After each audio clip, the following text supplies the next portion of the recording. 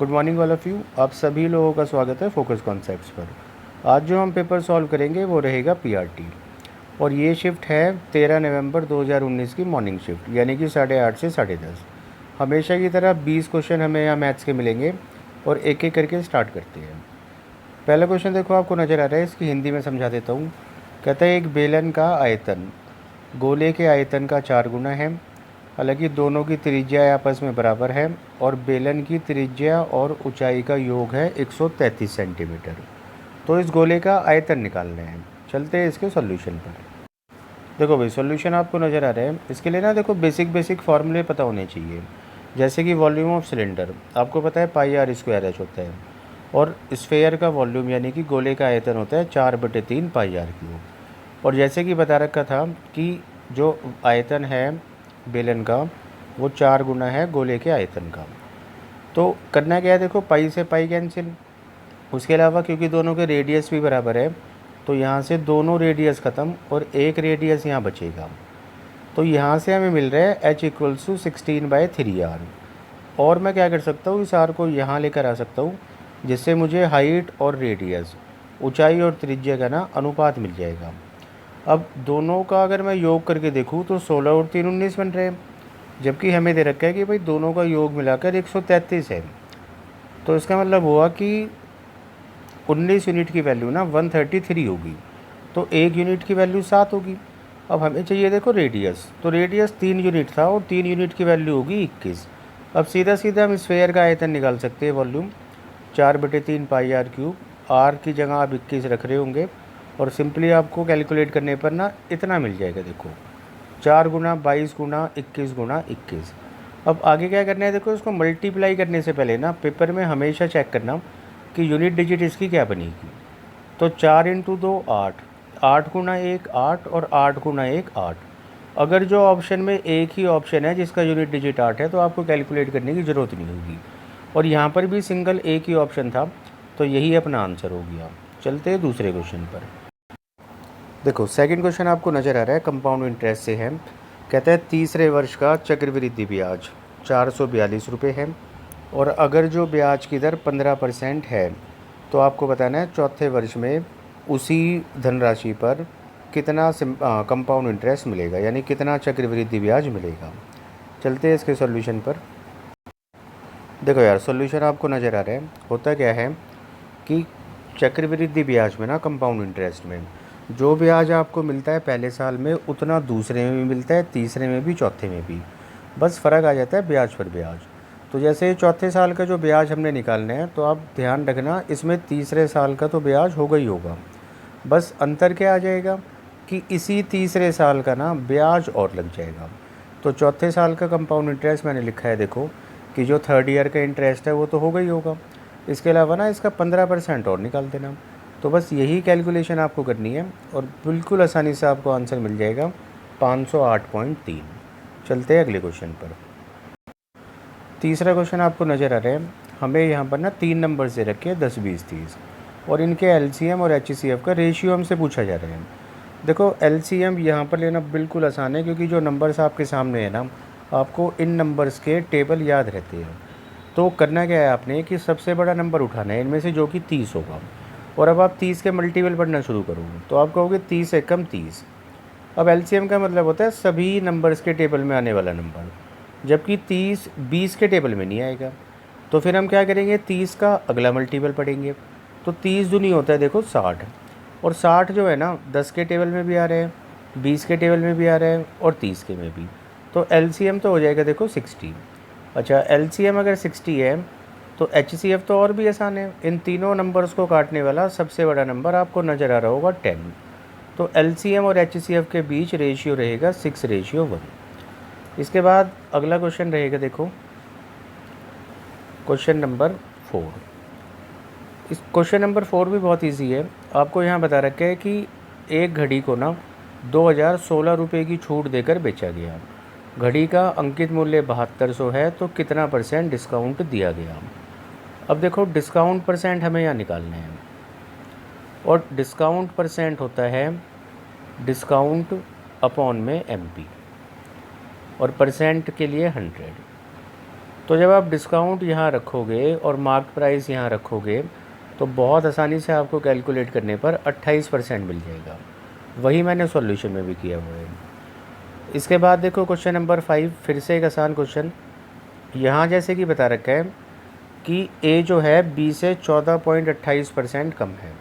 देखो इस तरीके की जब भी आप परसेंटेज देखो तो आपको पता होना चाहिए इनकी फ्रैक्शन। 14.28% की फ्रैक्शन होती है 1/7। अच्छा 1/7 में भी जो नीचे नंबर आपको नज़र आ रहे हैं ना 7, इसका काम होगा ये तुलना कराएगा। और जैसे कि लैंग्वेज में आप समझ पा रहे हो तुलना हो रही है यहाँ पर बी से, तो इस 1/7 में हम मानेंगे कि भाई बी यहाँ पर ना 7 है, और अगर बी 7 होगा तो इसका मतलब ए इतना कम होगा। तो बताओ फिर ए कितना होगा 6, मतलब ए यहाँ पर 6 है और बी यहाँ पर 7 है। अब एक बिल्कुल आसान सा क्वेश्चन इन्होंने हमसे पूछा है कि भाई ये जो बी है कितना परसेंट ज़्यादा है ए से। तो आप देख पा रहे हो कि बी 1 ज़्यादा है, और 1 किसके कंपैरिजन में, ए के कंपैरिजन, यानी कि 6 के कंपैरिजन में। और 1/6 भी हो सकता है आपको याद हो, 16 सही 2/3, जिसको हम 16.66% कहते हैं। और नहीं भी याद है तो आप कैलकुलेट कर सकते हो, इतना आंसर होगा। चलते हैं इसके बाद अगले क्वेश्चन पर। देखो भाई इसके बाद क्वेश्चन है, हिंदी भी समझाता हूँ मैं आपको इसकी।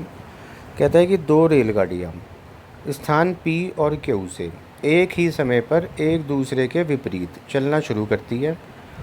जो ट्रेन निकलती है P से उसकी स्पीड है 25 किलोमीटर प्रति घंटा, और जो ट्रेन निकलती है Q से उसकी स्पीड है 30 किलोमीटर प्रति घंटा। कहते हैं कि जब ये दोनों ट्रेनें मिली तो Q से जो चली थी ना ट्रेन, उसने कुल 10 किलोमीटर ज़्यादा चला दूसरी ट्रेन से। तो इस P और Q स्थान के बीच की ना दूरी बतानी है। चलते हैं इसके सॉल्यूशन पर।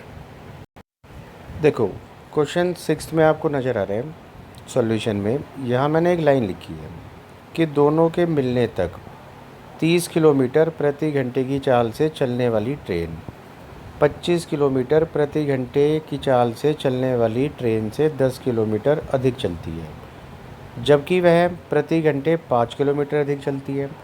ये चीज़ देखो आप समझ पा रहे हो कि ये ट्रेन ना हर घंटे इस ट्रेन से 5 किलोमीटर ज़्यादा चलेगी। मतलब अगर इसको 5 किलोमीटर ज़्यादा चलना है तो चलना होगा इन दोनों को 1-1 घंटे, जबकि ये ट्रेन ना टोटल 10 किलोमीटर चलती है फालतू, और 10 किलोमीटर 5 का डबल होता है। तो इसका मतलब है दोनों को भाई 2-2 घंटे चलना होगा। तो एक तो हमें सबसे मेन बात यहाँ पता चल गई कि दोनों ट्रेन ना मिलने तक 2 घंटे चली है। अब इसके बाद देखो हमने निकालना है डिस्टेंस, और जैसे कि डिस्टेंस बराबर होता है स्पीड इनटू टाइम, बट यहाँ स्पीड की जगह ना मैंने रिलेटिव स्पीड लिखा है। और ये आपको पता होगा जब सेम टाइम पर 2 ऑब्जेक्ट एक दूसरे के विपरीत निकलते हैं तो उनकी स्पीड्स ऐड हो जाती है। मतलब P से लेके Q तक की दूरी ये दोनों मिलकर 55 की स्पीड से तय करेंगे, और 55 की स्पीड से 2 घंटे में कितना तय करेंगे 110। तो तय इन्होंने उतना ही किया जितना P और Q के बीच दूरी थी, तो यानी P और Q के बीच की दूरी ना 110 किलोमीटर होगी। चलते हैं अगले क्वेश्चन पर। देखो इसके बाद क्वेश्चन नंबर 7 नज़र आ रहा है आपको, इसको मैं हिंदी में समझा देता हूँ। कहता है कि एक आयत है PQRS और उसकी लंबाई बराबर है ट्रायंगल ABC में साइड AB के। उसके अलावा जो ऊंचाई है इस ट्रायंगल की वो बेस AB पर आ रखी है, और वो ना मतलब इस आयत के चौड़ाई का 8 गुना है। अब कहते हैं रेक्टेंगल यानी कि आयत का परिमाप 100 है और आयत का एरिया मतलब कि क्षेत्रफल 600 है। तो आपको बताना है ट्रायंगल ABC का एरिया क्या होगा। चलो चलते हैं इसके सॉल्यूशन पर। देखो ये इसका सॉल्यूशन है, यहाँ मैंने आपको बना के दिखाया है कि ये एक तो है रेक्टेंगल का मतलब आयत PQRS, और ये है देखो आपका ट्रायंगल। तो हुआ क्या है यहाँ पर कि जितनी लंबाई होगी आयत की, मतलब मैंने मान ली लंबाई इसकी x है, तो अब AB भी ना x ही होगा। और AB को मैंने आधार बनाया क्योंकि इस पर मुझे हाइट लेकर आनी थी, और ट्रायंगल की ये जो हाइट नज़र आ रही है आपको, तो ये बता रखा है कि भाई 8 गुना है किसके, चौड़ाई के। इसलिए मैंने चौड़ाई को y माना और यहाँ ऊंचाई को 8y माना। इसके बाद कहता है कि जो रेक्टेंगल का एरिया है, मतलब कि जो क्षेत्रफल है आयत का, वो है 600। और ये आपको पता ही है कि जो एरिया होता है रेक्टेंगल का वो लंबाई गुना चौड़ाई से बनता है, तो इसीलिए 600 ना एक्स वाई की वैल्यू होगी। अब आ जाते हैं इस ट्रायंगल के केस पर। तो ये जो ट्रायंगल है, देखो ट्रायंगल का एरिया आपको पता है half into base into height, यानी कि 1/2 गुना आधार गुना ऊंचाई। आधार आपको नज़र आ रहा है x, ऊंचाई आपको नज़र आ रही है 8y। किया क्या है मैंने कि 8 को ना मैं पहले ले आया इधर और एक्स वाई को मैंने इकट्ठा लिख दिया। उसका कारण क्या है कि हम एक्स वाई की वैल्यू देखो यहाँ से उठा के यहाँ लिख सकते हैं, और एग्जैक्टली वही मैंने किया है। जैसे ही आप एक्स वाई की जगह 600 लिखोगे तो कैलकुलेट करने पर ये एरिया आ जाएगा 2400। चलते हैं अगले क्वेश्चन पर। देखो इसके बाद आपको क्वेश्चन नज़र आ रहा है सिंप्लीफिकेशन का, क्वेश्चन नंबर 9। छोटी छोटी बातें आपको पता होनी चाहिए कि जब भी भाई बेस सेम होता है और मल्टीप्लाई हम उस एक्सप्रेशन को करें तो पावर्स ना ऐड हो जाती है। तो हम इसको लिख सकते हैं 243 की पावर 0.20, और 0.20 कुछ नहीं है, बस 1/5 है। 0.20 1/5 होता है। तो करना क्या है आपको, कोई ऐसा नंबर सोचना है जिसकी पावर 5 243 हो, और वो नंबर होता है देखो 3। तो 243 को हम क्या लिख सकते हैं, 3 की पावर 5, और वही 5 ना मल्टीप्लाई होगा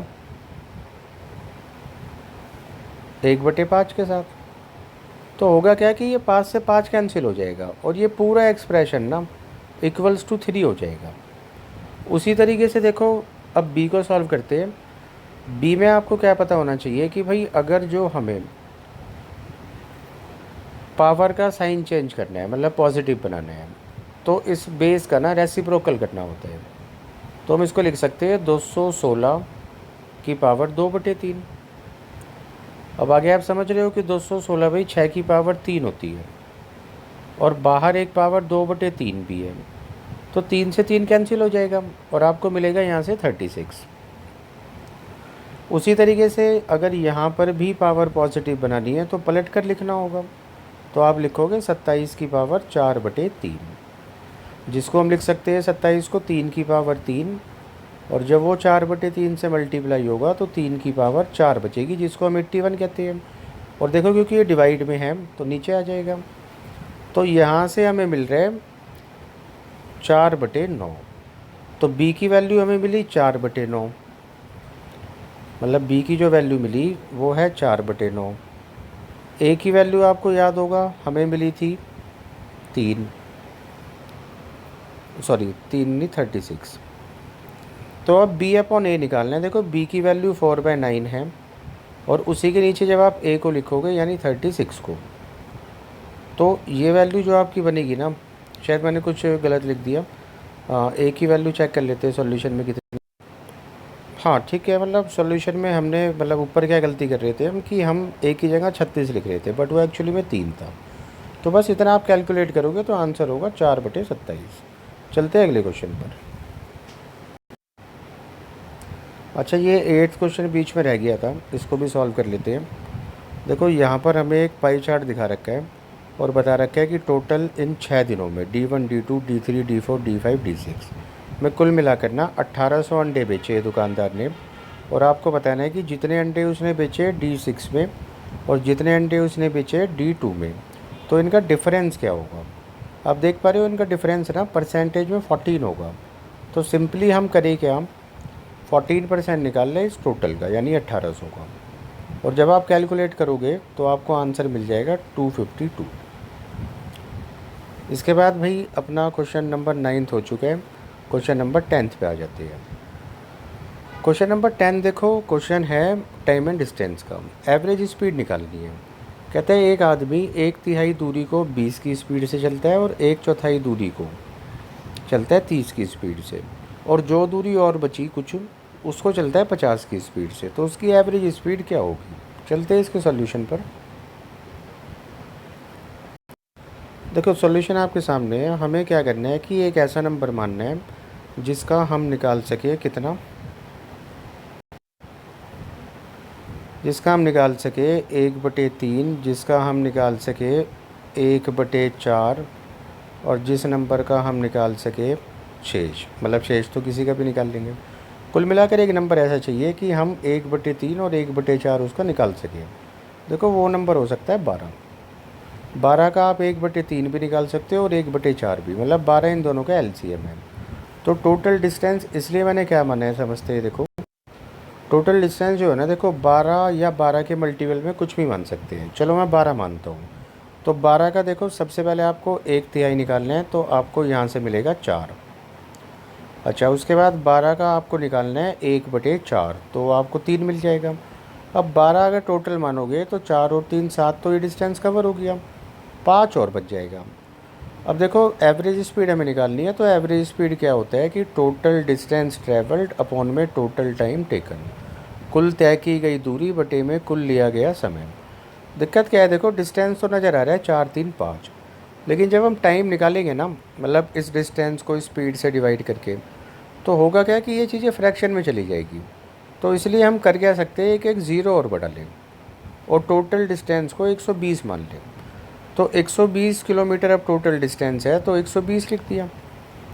अच्छा, टोटल टाइम कितना कितना आ रहा है आप देख पा रहे हो, 40/20 2 घंटे, 30/30 1 घंटे, और 50/50 1। तो यानी कि टोटल ना 4 घंटे में ये डिस्टेंस कवर हुआ है। तो एवरेज स्पीड होगी 30 किलोमीटर पर आवर। चलते हैं अगले क्वेश्चन पर। देखो अगले क्वेश्चन में हमसे पूछा जा रहा है कि भाई वो सबसे बड़ी 5 अंकों की संख्या बताओ, बड़ी से बड़ी 5 अंकों की संख्या, जिसे जब हम 4 और 5 से डिवाइड करें तो शेषफल ना 3 बच जाए। अब बेसिक कॉन्सेप्ट क्या होता है इसका कि सबसे पहले तो आप 4 और 5 का ना एलसीएम ले लो, तो वो एलसीएम हो जाता है 20। तो कहने का मतलब है आप 4 और 5 को भूल जाओ, इन दोनों की जगह ले चुका है 20। तो सवाल ये है कि 5 अंकों की सबसे बड़ी संख्या बताओ जो 20 से डिवाइड होने पर ना रिमाइंडर बचा है 3। तो आप क्या करोगे कि सबसे बड़ी 5 अंकों की संख्या लिखोगे और इसको ना डिवाइड करके देखोगे 20 से। जब आप इसको 20 से डिवाइड करोगे तो आप करके देख लेना, रिमाइंडर आपका बचेगा 19। तो फिर आप 19 इसमें से घटाओगे, 19 घटाने पर आपका नंबर आ जाएगा 4 टाइम्स 9 और 8 0। 4 टाइम्स 9 नहीं आएगा, सॉरी, 3 टाइम्स 9 और 8 0। तो देखो ये तो वो नंबर होगा जो 20 से पूरा पूरा डिवाइड होगा, बट हमें जैसे कि 3 रिमाइंडर भी बचाए रखने हैं, तो हम वापस 3 इसमें जोड़ दें। तो अपना आंसर होगा 99983। चलते हैं अगले क्वेश्चन पर। देखो भाई इसके बाद क्वेश्चन नंबर 12 है, आसान क्वेश्चन है।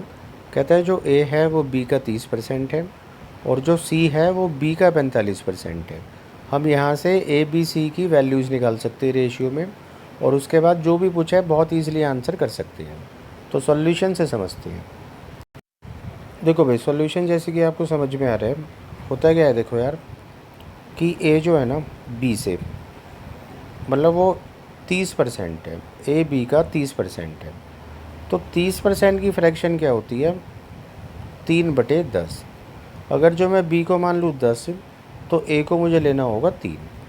उसी तरीके से बोला था कि ये जो सी है ये बी की तुलना में 45% है। 45% की फ्रैक्शन होती है 9/20। 20 का मतलब होगा जिससे तुलना हो रही है, और यहाँ तुलना सी की बी से हो रही है। तो अगर बी 20 है तो सी होगा 9। उसके बाद आपको जैसे कि पता है कि बी कॉमन टर्म है, तो इसीलिए उसको दोनों जगह ना सेम होना ज़रूरी है उसका। यहाँ बी 20 है और यहाँ 10 है, तो 10 को डबल कर दोगे तो 20 बन जाएगा। और जितने टाइम्स किया है बी को, तो साथ वाले नंबर को भी उतने लेके चलना होगा। तो बहुत आसानी से आपको ए बी सी की ना वैल्यूज़ मिल गई, 6:20:9। अब इसने पूछा है कि ये जो ए प्लस बी प्लस सी है इनसे कितना प्रतिशत कम है बी। तो देखो ए प्लस बी प्लस सी बना रहे हैं 35 और बी यहाँ पर 20 है, तो 20 35 से 15 कम होता है, तो वो ऊपर लिख दिया। और क्योंकि तुलना ए प्लस बी प्लस सी से है, तो इन तीनों को योग नीचे लिख दिया। आप कैलकुलेट करोगे तो 3/7 × 100 मिलेगा, और जिसका आंसर 42.86% आएगा। चलते हैं अगले क्वेश्चन पर। देखो इसके बाद आपको क्वेश्चन नंबर 13 नज़र आ रहा है। यहाँ हमें बता रखा है कि एक हफ्ते में ये 5 दिन दिखा रखे, D1 D2 D3 D4 D5, और कौन से दिन कितनी ट्रेनें स्टेशन से निकलती है वो आपको बता रखा है। तो हमसे एक सिंपल सा रेशियो पूछा जा रहा है कि D5 5वें दिन जितनी ट्रेन निकलती है, आपको साफ साफ विजिबल है 2000। तो इन 2000 का रेशियो हमसे पूछा है किसके साथ, total number of trains from the stations on all 5 days, मतलब इन सभी नंबर्स के साथ। और सबको जब आप जोड़ोगे तो 2000 और 2000 4000, 4000 और 3000 7000, और 1600 और जोड़ोगे तो 8600। और ये रेशियो हमसे पूछा है, तो ये रेशियो बिल्कुल आपको नज़र आ रहा होगा कि 10:43। तो यही सवाल का आंसर होगा। चलते हैं अगले क्वेश्चन पर। देखो इसके बाद क्वेश्चन नंबर 14 आपको बता रखा है कि दो ऐसे नंबर्स है, ऐसी संख्याएं हैं कि जिनको हम जोड़े तो 15 आ जाए और उन्हीं के वर्गों का योग करें तो 113 आ जाए। अब उन दोनों संख्याओं का गुणनफल बताना है। चलते हैं सॉल्यूशन पर। देखो भाई, ऐसे दो नंबर मैंने ए और बी मान लिए, तो ए प्लस बी होने चाहिए 15, मतलब ए प्लस बी का योग होना चाहिए 15, और दोनों के वर्गों का योग यानी ए स्क्वायर प्लस बी स्क्वायर होना चाहिए 113। और ए बी हमसे पूछा है, तो आप ध्यान से देखो, ए प्लस बी हुआ, ए स्क्वायर प्लस बी स्क्वायर हुआ, या ए बी हुआ, ये तीनों की तीनों टर्म ना आपको एक फार्मूले में मिलती है, और वो ये फार्मूला है। तो आप इसी फार्मूले में वैल्यूज़ पुट कर दो। ए प्लस बी जैसे कि 15 है तो 15 का स्क्वायर 225, ए स्क्वायर प्लस बी स्क्वायर 113 था, और 2ab एज इट इज़ लिखा रहने देते हैं। तो 113 इधर आकर भाई माइनस होकर बनाएगा 112, और क्योंकि ये 2ab के बराबर है तो ab 56 हो जाएगा। इसके अलावा आप ऐसी दो वैल्यूज़ सोच के पुट करके सेटिस्फाई करा सकते हो। चलते अगले पर। देखो इसके बाद क्वेश्चन नंबर 5 है। यहाँ पर हमें दिया हुआ है कि ये शॉपकीपर्स है सभी, और किसी एक विशेष दिन ये कितने खिलौने मतलब बेचते हैं वो हमें बता रखा है। तो कहता है कि what is the average number of toy sold by first 3 shopkeepers on that day. तो मतलब इन 3 शॉपकीपर्स ने कितने खिलौने बेचे, उनका एवरेज निकालना है। तो आप समझ पा रहे हो, तीनों को जोड़ के डिवाइड बाई 3। जब आप तीनों को जोड़ोगे 800 और 800 1600, 1600 और 900 2550, ये सम बनेगा। और 3 से जब आप इसको डिवाइड करोगे तो 3 × 8 24 50, तो 850 आपका आंसर होगा। चलते हैं अगले क्वेश्चन पर। अगला क्वेश्चन है देखो टाइम एंड वर्क का। कहता है ए और बी किसी कार्य के 3/5 भाग को मिलकर 18 दिनों में कर सकते हैं, जबकि ए अकेला इसी काम को मतलब इस काम के 1/3 भाग को 25 दिनों में कर सकते हैं।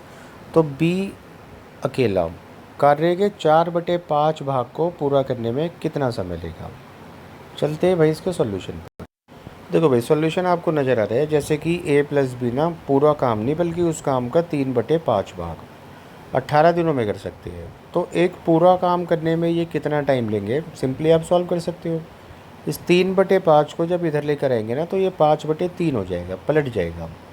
तो यहाँ से पता चल रहा है कि भाई दोनों मिलकर पूरा काम 30 दिनों में कर सकते हैं। इसके अलावा देखो, ए अकेला 1/3 काम 25 दिनों में पूरा कर सकते हैं। तो एक पूरा काम कितने टाइम में करेगा, तो फिर से 1/3 को जब आप पलट कर लेकर आओगे ना 3/1 होगा। तो यहाँ से पता चल रहा है कि भाई ए अकेला उसी काम को 75 दिनों में कर सकते हैं। आगे आप समझते हो कि दोनों नंबर्स का ना एलसीएम लेने हैं। अब देखो एलसीएम का मैंने आपको भी बताया था कि दोनों नंबर्स में से जो बड़ा नंबर है ना उसके मल्टीपल्स पढ़ो। तो आप जैसे ही 75 दूनी 150 पढ़ोगे ना तो आपको नज़र आ जाएगा दोनों के टेबल में आ जाते हैं। तो इसलिए 150 यहाँ पर एलसीएम होगा। उसके बाद ए और बी की क्षमता 5 होगी और ए अकेले की 2 होगी। तो अगर ए की 2 है ना और दोनों की मिलाकर 5 है तो इसका मतलब बी की 3 हुई, और बी से हमें ये पूरा काम ना करवा के 4/5 काम कराना है। तो 150 का जब आप निकालोगे 4/5 तो 120 हो जाएगा, और 120 काम जब बी करेगा 3 की क्षमता से तो उसे लगेंगे 40 दिन। यही इसका आंसर है। चलते हैं अगले क्वेश्चन पर। देखो भाई, इसके बाद क्वेश्चन नंबर 17। 3 पार्टनर्स है पी, क्यू और आर। कहता है पी जो है कुल लाभ का छठा हिस्सा प्राप्त करते हैं, और जो क्यू है वो कुल लाभ का 1/5 हिस्सा प्राप्त करता है, और बचा हुआ आर को दे देते होंगे वो लोग, और आर को मिल रहे 38,000। तो पूछा है पी को कितना प्रॉफिट मिलेगा। अभी देखो ऊपर भी हमने यही चीज़ समझी थी कि हमें एक ऐसा नंबर तैयार करना है, प्रॉफिट मतलब कुछ मानना है हमें, और वो ऐसा नंबर होना चाहिए कि वो 6 और 5 से कट जाए, इनका एलसीएम हो। तो मैं 30 मान सकता हूँ कि अगर टोटल प्रॉफिट 30 हुआ है तो उसमें से भाई पी का हिस्सा ना छठा है, यानी कि 1/6। जब 30 का निकालोगे तो 5 हो जाएगा। क्यू का जो हिस्सा होगा ना देखो वो 1/5 है, और इसका जब आप 1/5 निकालोगे तो 6 मिलेगा। अब 6 और 5 हुआ 11, तो 11 अगर हटाओगे 30 में से तो 19 जो है ना वो आर के पास जाना चाहिए, जबकि आर को 19 ना मिलके इतना पैसा मिल रहा है, मतलब 19 यूनिट की इतनी वैल्यू है, तो 1 यूनिट की 2,000 होगी। और पी का हिस्सा पूछा है जो कि 5 यूनिट है, तो 5 गुना 2,000 यानी कि 10,000। चलते हैं अगले क्वेश्चन पर। देखो भाई इस क्वेश्चन नंबर 18 में बता रखा है कि 2 कंटेनर है, 2 बर्तन हैं, फर्स्ट और सेकंड, और उनमें मिल्क और वाटर यानी कि दूध और पानी का अनुपात इतना इतना है। अब क्या करना है हमने कि दोनों बर्तनों से ना लिक्विड उठाना है और उससे एक नया बर्तन बनाना है, और उस बर्तन में पर्टिकुलर इस रेशियो में होना चाहिए दूध और पानी। तो हमें किस अनुपात में दोनों बर्तनों से लिक्विड या मिक्सचर उठाना होगा ये हमसे पूछा है। चलते हैं इसके सॉल्यूशन पर। देखो सबसे पहला काम क्या करना होता है कि हमें ना टोटल क्वांटिटीज़ को सेम बनाना होता है, कुल मात्राओं को सेम बनाना होता है। आप देख पा रहे हो बर्तन ए में मतलब फर्स्ट कंटेनर में टोटल ना 9 यूनिट मिक्सचर है, सेकंड बर्तन में 11 है, और जो हमें नया बनाना है उसमें 29 है। तो आगे बढ़ने से पहले हमें क्या करना होगा, तीनों बर्तनों की क्वांटिटीज़ को बराबर करना होगा, और बराबर करने का मतलब है कि तीनों का जो भी एलसीएम है उसके बराबर बनाना होगा। तो 9, 11 और 29 ऐसे नंबर होते हैं जो एक दूसरे के टेबल में नहीं आते, यानी कि कोप्राइम, और ऐसे नंबर्स का एलसीएम ना इनको मल्टीप्लाई करने से बन जाता है, और वो एलसीएम हमें करने की ज़रूरत नहीं है, बस हमें हर जगह इतना बनाना है। तो आप देख पा रहे हो 9 तो यहाँ है ही, तो 11 गुना 29 से और गुना कर दे, बन जाएगा इतना। उसी तरीके से बर्तन जो नंबर 2 है उधर 11 तो नज़र आ ही रहे, तो 9 गुना 29 से और गुना कर देते हैं, और तीसरे में 29 नज़र आ रहा है तो 9 गुना 11 से और गुना कर देते हैं। तो सभी क्वांटिटी सब बराबर होगी, उसी मल्टीपल में हमने यहाँ भी मल्टीप्लाई कर दिया। इसके बाद समझते हैं, देखो जब ये काम हम कर लेंगे ना तो अगला काम हमें क्या करना होगा, या तो दूध या पानी किसी भी एक एलिमेंट का एलिगेशन करना होता है। एलिगेशन आप चाहो तो मिल्क मिल्क और मिल्क का कर सकते हो, चाहो तो वाटर वाटर और वाटर का कर सकते हो।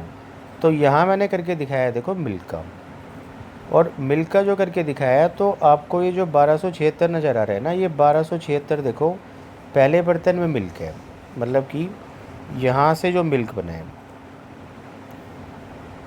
उसी तरीके से ये जो 2088 है ये हमें दूसरे कंटेनर से मिल्क मिल रहे हैं, यानी कि यहाँ से, और जो बीच में मैंने रखा है ना वो रहता है देखो मिक्सचर में मिल्क 1584।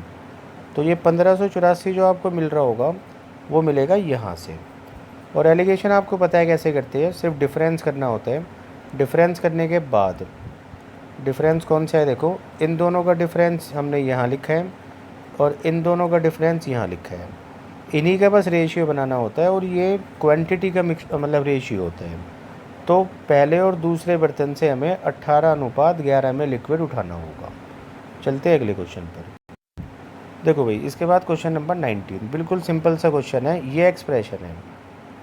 आपको करना क्या है कि सबसे पहले ना इस -4 को इधर ले आओ, तो आप इसको बराबर कर सकते हो 4 के, ये चीज़ हट जाएगी।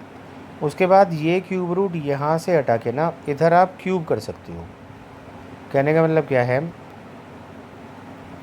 कि 3x - 8 बराबर हो जाएगा 4 के क्यूब यानी 64 के बराबर। अच्छा यही -8 उधर जाएगा तो 72 हो जाएगा, और अगर 3x 72 है तो x की वैल्यू 72/3 होगी, डेट इज़ 24। चलते हैं भाई इस पेपर के बिल्कुल लास्ट क्वेश्चन पे, और कह सकते हैं कि सबसे मतलब अच्छा क्वेश्चन यही है। अच्छे का मतलब मुश्किल नहीं है, बस थोड़ा सा काम करना है यहाँ। समझते हैं, देखो पहले इसका मतलब समझते हैं। यहाँ बता ये रखा है कि भाई ए ने कोई टेबल बी को बेची 40% लाभ पर, फिर बी ने वही टेबल सी को नहीं, सीधा सीधा डी को बेची 60% लाभ पर। उधर से एक दूसरी चैन जुड़ गई।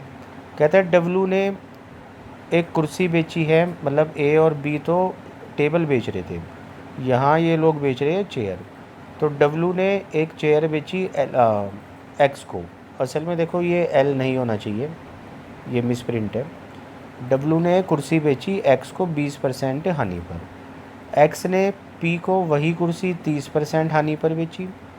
और उसके बाद कहता है कि पी ने जो जी को ये कुर्सी बेची है ना, वो 50% हानि पर बेची है। और डी जिस रेट पर इस टेबल को ख़रीदता है वो प्राइस वही है जो प्राइस, मतलब जिस प्राइस में पी चेयर ख़रीदता है। कहता है कि अगर जो डब्लू ने कुर्सी ख़रीदी है 600 रुपये में, तो बताओ डी ने ये मेज़ कितने में ख़रीदी होगी। कुल मिला के देखो करना क्या होगा कि हमें बैलेंसिंग करनी होगी, मतलब जो चीज़ें इक्वल होनी चाहिए उनको इक्वल करना होगा। समझते हैं, देखो सॉल्यूशन से।